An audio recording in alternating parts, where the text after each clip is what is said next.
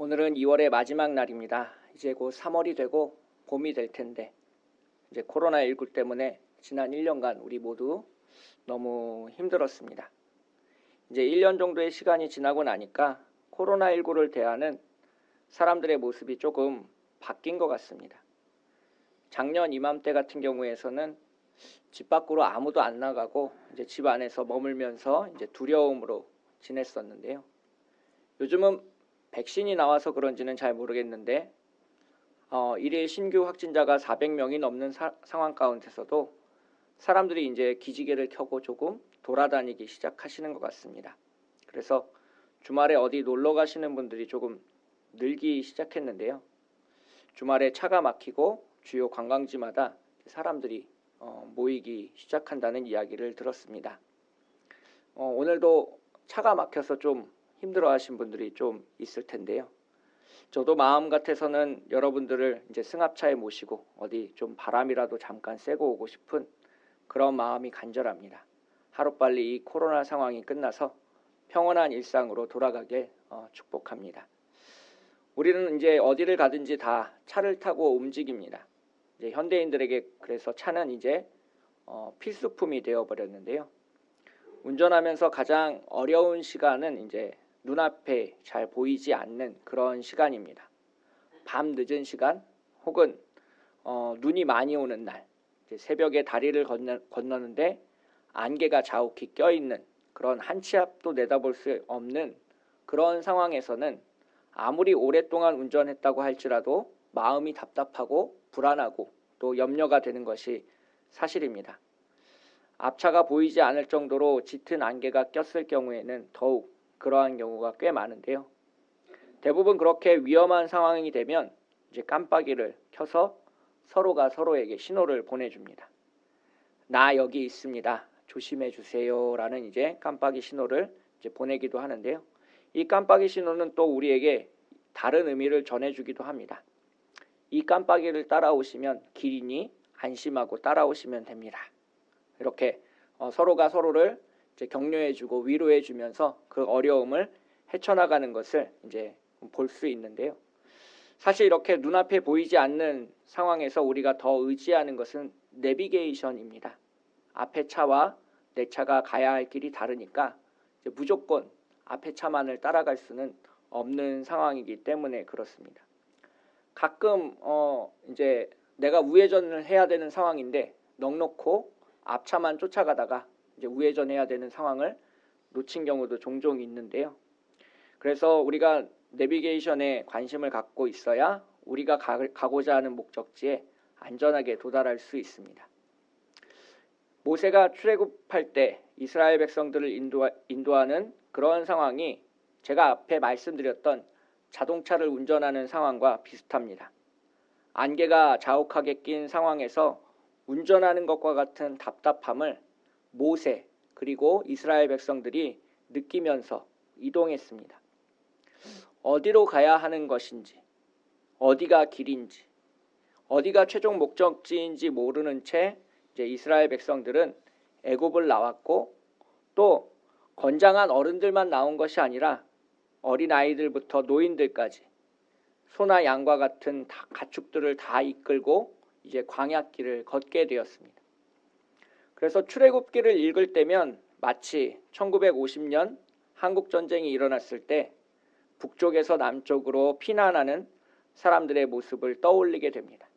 그래서 이스라엘 백성들은 힘들고 어려운 광야길을 걸어갔는데요. 오늘날 우리가 코로나19 상황에서 이렇게 교회를 예배하고 교회 안에서 예배하고 또 신앙의 길을 걸어간다는 것이 출애굽하던 이스라엘 백성들과 비슷한 상황이 있는 것 같습니다. 그래서 그렇게 길을 걸어갈 때에 내비게이션이 필요한 것처럼 출애굽할 때 이스라엘 백성들에게 내비게이션 역할을 해준 것이 있는데 바로 불기둥과 구름기둥입니다. 제단에서 피어오르는 불은 빛을 내고 연기를 내어서 사람들이 어디로 걸어가야 할지를 분명하게 안내해 주었습니다. 그래서 우리가 어디로 가야 할지, 어디가 최종 목적지인지는 분명히 알 수 없었지만 한 가지 사실만은 분명히 알고 있었습니다. 그것은 여호와의 불꽃을 쫓아가면 된다는 겁니다. 오늘을 살아가고 있는 우리 또한 마찬가지라고 생각합니다. 어렵고 힘든 상황, 내일 어떤 재앙이 우리를 덮쳐올지 알 수 없는 그런 예측 불확실한 그런 상황들, 막막하고 눈앞에 아무것도 보이지 않는 상황에 우리는 직면해 있습니다. 코로나19라는 이 전대미문의 재앙 앞에서 많은 사람들이 고통을 호소하고 있고 하나님이 우리를 불쌍히 여겨주시기를 간절히 바라고 있는 그런 상황입니다. 이런 상황에서 우리가 가야 할 길을 분명히 안내해 주시고 내비게이션 해주시는 분이 계십니다. 바로 오늘 본문 속에 등장하는 성령님입니다. 오늘 본문 속에서 우리가 기억해야 될 첫 번째 이정표는 바로 이것입니다. 성령님의 인도하심을 따르라. 오늘 본문 13절을 보시면 그러나 진리의 성령이 오시면 그가 너희를 모든 진리 가운데로 인도하시리니 그가 스스로 말하지 않고 오직 들은 것을 말하며 장래 일을 너희에게 알리시리라 라고 예수님께서 말씀하셨습니다. 이제 곧 예수님께서 십자가에 못 박히시고 사흘 만에 부활하시어 40일 동안 제자들과 함께 동행하신 후에 승천하실 것입니다. 제자들의 미래는 지금 전혀 상상해 볼 수도 없는 그런 상황 앞에 놓여져 있고 또 많은 제자들이 혼란을 겪을 것이었습니다. 그때를 대비해 예수님은 분명한 방향과 지침을 제시해 주고 있습니다. 무엇을 해야 할지 알 수 없고 앞날이 분명하지 않은 때 내가 무언가 스스로 길을 만들어야 된다라고 생각하는 그때에 진리로 인도하시는 성령님을 따르고 그분이 알려주시는 것을 귀담아 들으라라고 예수님은 말씀하셨습니다. 오늘을 살고 있는 우리 또한 그래서 성령님의 음성에 귀 기울여야 됩니다. 코로나19라는 엄청난 재앙을 마주하고 있고 교회는 세상 한가운데서 엄청난 손가락질을 당하고 있습니다. 교회는 급속도로 내리막길을 걸어가고 있고 한 치 앞도 예상할 수 없는 어려운 상황인 것은 분명합니다. 이런 상황의 가운데서 우리가 해야 될 첫 번째 일은 성령님의 음성에 귀 기울이는 것입니다. 내가 문제를 해결하려고 노력하거나 문제를 피해서 도망가려고 해서는 안 되는 것입니다. 내가 해결하거나 문제를 피해 도망가는 것은 가룟 유다나 베드로처럼 실패한 길일 뿐입니다. 그래서 우리는 우리가 길을 만들어 나가는 대신 철저하게 성령 하나님의 인도하심을 따라가야 됩니다. 그렇다면 어떻게 성령님의 인도하심을 따라 오늘을 살아갈 수 있을까요? 세 가지를 말씀드리고 싶은데요. 첫째, 먼저 성령님을 알아야 됩니다. 성령님이 어떤 분이시고 성령님이 어떻게 믿음의 사람들을 인도하셨는지를 우리가 알아야 됩니다. 성경을 통해서 모세를 어떻게 훈련시키셨고 또 다윗을 어떻게 인도해 오셨는지를 우리는 분명히 알고 있어야 됩니다. 하나님 또한 우리를 모세처럼 다윗처럼 훈련시키고 인도하실 것이기 때문에 그렇습니다. 성령님은 우리 곁에 계시고 끊임없이 우리를 위로하시는 보혜사이시고 우리에게 힘을 더해 주시는 분입니다. 우리가 신음하는 그 순간, 고통의 순간, 절망의 순간, 수술실 앞에서 우리와 함께 하시는 분이 바로 성령님이십니다. 성령님은 따스하게 우리를 감싸 안아 주시고 우리의 눈물을 닦아 주시는 분이십니다. 그렇게 따스한 성령님께 우리가 간구해야 되는 것이 있는데요. 둘째, 우리는 성령님의 인도하심을 기도해야 합니다. 하나님은 폭력적이나 강권적으로 우리를 끌고 가지 않으십니다. 하나님은 우리를 당신의 자녀로 삼으셨고 그래서 우리의 의견을 귀하게 존중하십니다. 우리의 간구와 기도를 귀 기울여 들으시는 분입니다. 우리가 요청하지 않으면 성령님께서 음성을 들려주시지는 않습니다. 인생을 살아가다 보면 아주 가끔 위급한 상황에서 성령 하나님께서 우리의 인생에 개입하시는 일이 있습니다. 그런데 그거는 인생을 살아가면서 한번 겪을까 말까한 그러한 일들입니다. 성령님은 우리가 마음으로 받아들일 때까지 기다려 주시는 분입니다. 우리가 온전히 변화되어 성령님께 간구하고 그 인도하심을 바랄 때까지 인내하시는 분이 바로 성령님이십니다. 마지막으로 세 번째, 성령님의 인도하심을 따라가기 위해서 우리는 그분의 음성에 익숙해져야 됩니다. 이것을 신학적인 용어로는 분별이라고 합니다. 우리가 기도할 때에 잊지 말아야 할 것이 있는데 그것은 우리의 기도를 하나님도 들으시지만 때로는 어둠의 세력 사탄도 우리의 기도를 엿듣고 있다는 사실입니다. 우리를 미혹하기 위해서, 우리를 넘어지게 하기 위해서 사탄은 거짓 음성을 우리 마음속에 들려주기도 합니다. 한국에 수많은 이단과 사이비가 있는데요. 그 사람들이 기도하지 않았기 때문에 이단과 사이비에 빠진 것이 아닙니다. 음성을 구별하지 못했기 때문에, 음성을 분별하지 못했기 때문에 이단과 사이비에 빠지게 된 것입니다. 뱃속에서 태어난 아기는 태어나자마자 엄마와 아빠를 알아볼 수 있다고 합니다. 물론 눈이 보이지 않아서 눈으로는 알 수 없지만 그 음성을 분별할 수 있다고 합니다. 뱃속에서 10개월 동안 엄마의 아빠의 음성을 들으면서 자라왔기 때문에 그렇습니다. 그렇게 어린아이가 엄마 아빠의 목소리를 아는 것과 같이 우리 또 성령님의 말씀하심에 익숙해져야 되고 분별할 수 있어야 됩니다. 자주 들어야 진짜 하나님의 음성이 무엇인지 분별할 수 있습니다. 우리의 인생길에서 좌회전, 우회전과 같은 긴급한 상황에서 먼저 기도하고 하나님의 음성을 분별하고 그리고 나아간다면 우리는 잘못된 길로 빠지지 않을 수 있습니다. 예수님은 제자들이 잘못된 길로 빠지지 않기를 원하셨습니다. 제자들이 예수님의 죽음으로 인해서 실망하지 않고 십자가의 길을 벗어나지 않도록 16절에서 이렇게 말씀하셨습니다. 조금 있으면 너희가 나를 보지 못하겠고 또 조금 있으면 나를 보리라. 이 말은 조금 있으면 예수님께서 십자가에 매달려 죽으시고 사흘 만에 다시 살아나 제자들 앞에 나타나실 것을 예언하신 것입니다.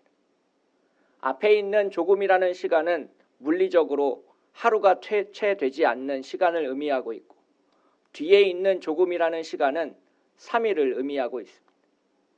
앞에 있는 조금이라는 시간은 이별의 시간을 말하고 있고 뒤에 있는 조금이라는 시간은 재회를, 다시 만남을 의미하고 있습니다. 앞에 있는 조금이라는 시간은 이별을, 슬픔을 깔고 있고 뒤에 있는 조금이라는 시간은 다시 만나는 기쁨을 우리에게 전해주고 있습니다. 그래서 16절을 다시 다른 방식으로 읽어보면 조금 있으면 너희가 슬플 것이고 또 조금 있으면 너희는 기쁠 것이다. 이렇게 됩니다. 조금 있으면 예수님이 죽고 또 조금 있으면 예수님이 부활하실 것이기 때문에 그렇습니다. 예수님을 열심히 따르던 제자들에게 슬픔이 찾아오고 그 다음에 기쁨의 시간이 찾아온다라는 것을 의미하고 있습니다. 이 16절의 말씀은 오늘 본문을 읽고 있는 우리들에게 또 다른 의미로 전달되고 있습니다. 앞에 있는 조금이라는 시간은 지나갔고 예수님은 하늘로 올라가셔서 볼 수 없는 상황입니다. 지난 2000년 동안 예수님을 직접 눈으로 보았다라고 말한 사람은 아무도 없었습니다. 우리는 현재 예수님을 보지 못하는 슬픔의 시간을 살아가고 있습니다. 그리스도인들은 신랑 되신 예수님을 보지 못하는 아픔을 간직하고 있는 사람들입니다. 그래서 그리스도인들은 애통하는 사람이고 마음이 가난한 사람들입니다. 물질이 없어서 가난하거나 돈이 없어서 가난한 것이 아닙니다. 내 눈앞에 예수님이 보이지 않아서 가난한 것입니다. 누군가 내게 상처를 줘서 슬픈 것이 아니라, 누군가 나를 배신해서 슬픈 것이 아니라 예수님이 보이지 않아서 애통하고 있는 것입니다. 여기서 우리가 기억해야 될 두 번째 이정표가 있습니다. 지금의 슬픔은, 지금의 고통은 잠깐일 뿐이다라는 겁니다. 예수님은 분명히 조금 있으면이라고 말씀하셨습니다. 이 조금이라는 시간은 물리적으로 짧은 시간이 될 수도 있지만, 오늘 본문 속에서 이 조금이라는 시간은 우리의 마음과 육체가 견뎌낼 수 있는 시간을 의미하고 있습니다. 잠깐 낮잠에 빠졌다가 깨어나 보니 엄마가 없다는 것을 알아챈 아기가 견뎌낼 수 있는 시간, 그 시간이 바로 조금 있으면에 해당하는 시간입니다. 믿음을 가지고 있는 우리가 주님이 사명으로 맡겨주신 이 교회에서 견딜 수 있는 시간, 주님의 재림까지 견딜 수 있는 그 시간이 바로 조금 있으면에 해당하는 시간입니다. 사도 바울도 고린도 후서에서 같은 말씀을, 같은 맥락의 말씀을 우리에게 전해주고 있습니다. 고린도 후서 4장 17절 18절의 말씀인데요. 우리가 잠시 받는 환난에 경한 것이 지극히 크고 영원한 영광에 중한 것을 우리에게 이루게 함이니, 우리가 주목하는 것은 보이는 것이 아니요 보이지 않는 것이니, 보이는 것은 잠깐이요 보이지 않는 것은 영원함이라. 고린도후서 4장 17절 18절에서 사도 바울은 우리가 당하고 있는 이 고난이, 그리고 이 어려움이 분명히 가벼운 것이다 라고 말했습니다. 여기에서의 가벼움은 정말 물리적으로 가볍기 때문에 우리가 짊어질 수 있는 가벼움이 아닙니다. 우리가 감당할 수 있을 만큼의 무게라는 뜻에서 가벼움이라는 단어를 쓰고 있습니다. 그리고 그 고난은, 그리고 환난은 잠깐이고, 우리가 진짜로 주목해야 될 것은, 관심 가져야 될 것은 아니다라는 것을 사도 바울이 말씀하고 있습니다. 우리가 이 세상을 살아가면서 문제가 없는 사람은 없습니다. 고난과 고통이 없는 사람은 없고, 그 고통 때문에 힘들지 않은 인생을 살아가는 사람은 아무도 없습니다. 하지만 중요한 것은 그 문제에 매몰되고 그 고통에 함락되는 것은 또 다른 문제라는 겁니다. 고통과 문제가 없는 사람은 없습니다. 하지만 그 고통 너머에 있는 하나님의 은혜를 발견하는 사람이 있고, 하나님을 발견하지 못하고 고통과 문제에 매몰되어서 땅 아래로 꺼져가는 사람이 있다는 겁니다. 갑상선 암에 걸렸던 목사님께서 저에게 이런 말씀을 하신 적이 있습니다. 자기가 그래도 명색이 목사인데 암에 걸리고 나니까 하루 종일 암덩어리만 묵상하고 있다는 겁니다. 목사니까 하나님의 말씀을 묵상하고 기도해야 되는데 하루 종일 자신의 문제에 파묻혀서 암덩어리만 생각하고 있는 자기 자신이 너무 애처로웠다는 겁니다. 그래서 살고 죽는 것은 하나님께 매달렸으니 하나님이 필요하면 데려가실 것이고, 아니면 계속해서 목회하게 하실 것이니까 더 이상 자신은 암을 묵상하지 않겠다라고 말씀하신 것을 들었습니다. 사도 바울도 같은 말씀을 전하고 있습니다. 영원한 영광의 무거운 것, 그것은 우리가 당하고 있는 이 환난의 가벼운 것과는 비교될 수도 없고, 눈에 보이지는 않지만 우리가 관심 가져야 되고 주목해야 되는 것은 바로 그 영광의 순간, 예수님께서 우리에게 다시 나타나시는 그 순간이라는 겁니다. 여기에서 오늘 본문에서 우리가 기억해야 될 세 번째 이정표가 있습니다. 바로 22절의 말씀인데요. 22절의 말씀을 함께 읽어보도록 하겠습니다. 함께 읽겠습니다. 시작. 지금은 너희가 근심하나 내가 다시 너희를 보리니 너희 마음이 기쁠 것이요 너희 기쁨을 빼앗을 자가 없으리라. 아멘. 세상의 어떤 것과도 비교할 수 없는 기쁨이 우리 앞에 기다리고 있다는 겁니다. 자녀가 출생했을 때 얻었던 그 기쁨과도 비교할 수 없는 놀라운 기쁨이 우리 앞에 기다리고 있다는 겁니다. 그리고 그 기쁨은 아무도 빼앗아갈 수 없다라고 예수님께서 말씀하셨습니다. 하지만 지금 우리는 근심 가운데 있고 염려 가운데 있고 고통 가운데 있습니다. 많은 사람들이 신음하고 있고 좌절을 경험하고 있고 내 힘으로 안 된다는 것을 이야기하고 있는 때입니다. 하지만 우리가 관심 가져야 될 것, 주목해야 될 것은 그런 눈에 보이는 것이 아닙니다. 우리는 그 고난 너머에 있는 하나님의 사랑을 보아야 하고 저 십자가 뒤에 가려져 있는 부활의 영광의 빛을 보아야 합니다. 하나님께서 구름 기둥과 불 기둥으로 이스라엘 백성들을 인도하셨습니다. 하나님께서 우리를 사랑하십니다. 그러니 우리를 그냥 고아처럼 내버려 두지 않으시고 우리를 인도해 가실 것이고 우리에게 길을 보여주실 것이고 그 음성을 들려주실 것입니다. 그 음성을 따라가고 주님을 신뢰하고 조금 있으면 우리 앞에 나타날 큰 기쁨을 미리 누리면서 만끽하면서 오늘을 순례자로 살아가는 제자들이 되도록 예수님은 말씀하고 계십니다. 오늘 말씀을 시작하면서 자동차의 내비게이션 이야기를 했습니다. 내비게이션이 없던 시절에는 큰 길로 가는 것이 목적지로 가는데 유리했습니다. 자기가 처음 가는 길일 경우에는 큰 길로 가고 사람들이 많이 다니는 길로 가고 넓은 길로 가야 목적지를 쉽게 찾아갈 수 있었습니다. 길 가다가 사람들한테 물어볼 수도 있고 옆에 있는 차량이 어디를 가는지 따라갈 수도 있고 그렇기 때문에 그렇습니다. 하지만 우리가 가고자 하는 최종 목적지는 많은 사람들이 가고자 하는 곳과는 다른 길입니다. 우리가 걸어가야 되는 길은 좁은 길입니다. 비포장 도로입니다. 자갈이 나 있어서 울퉁불퉁하고 그래서 차가 들썩들썩거리는 아무도 가지 않는 그러한 길입니다.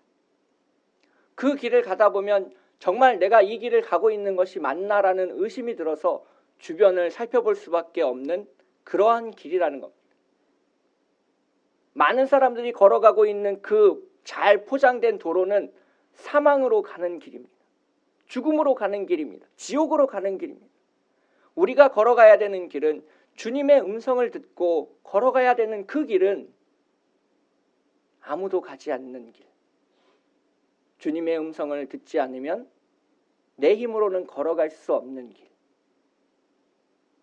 조금 있으면 주님께서 나타나실 것이라는 확신이 없으면 이 길의 끝이 막혀서 돌아갈 수밖에 없다라고 좌절할 수밖에 없는 그런 길이라는 겁니다. 그 길 위에서 함께 신앙을 하고 있는 사람들을 향해 깜빡이를 켜며 우리가 가고 있는 길이 맞습니다.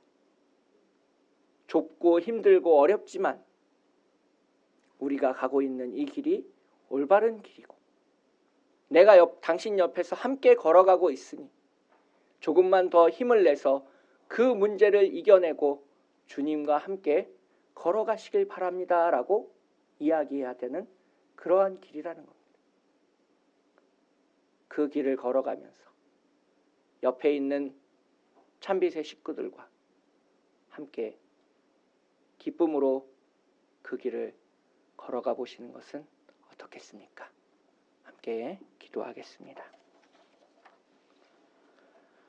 사랑과 은혜가 풍성하신 하나님 아버지, 주님께서 우리를 보듬어 안아주시고 우리가 걸어가는 그 길 위에 하나님의 은혜로 축복하여 주시니 감사합니다. 길이 보이지 않는 상황 가운데 서 있는 분들을 주님께서 인도해 주시고, 문제로 인해서 좌절하고 절망하고 있는 사람들을 주님께서 다시 일으켜 주시고, 조금 있으면 주님이 오신다는 그 믿음을 가지고 오늘을 다시 살아갈 수 있도록 우리를 붙잡아 주시옵소서.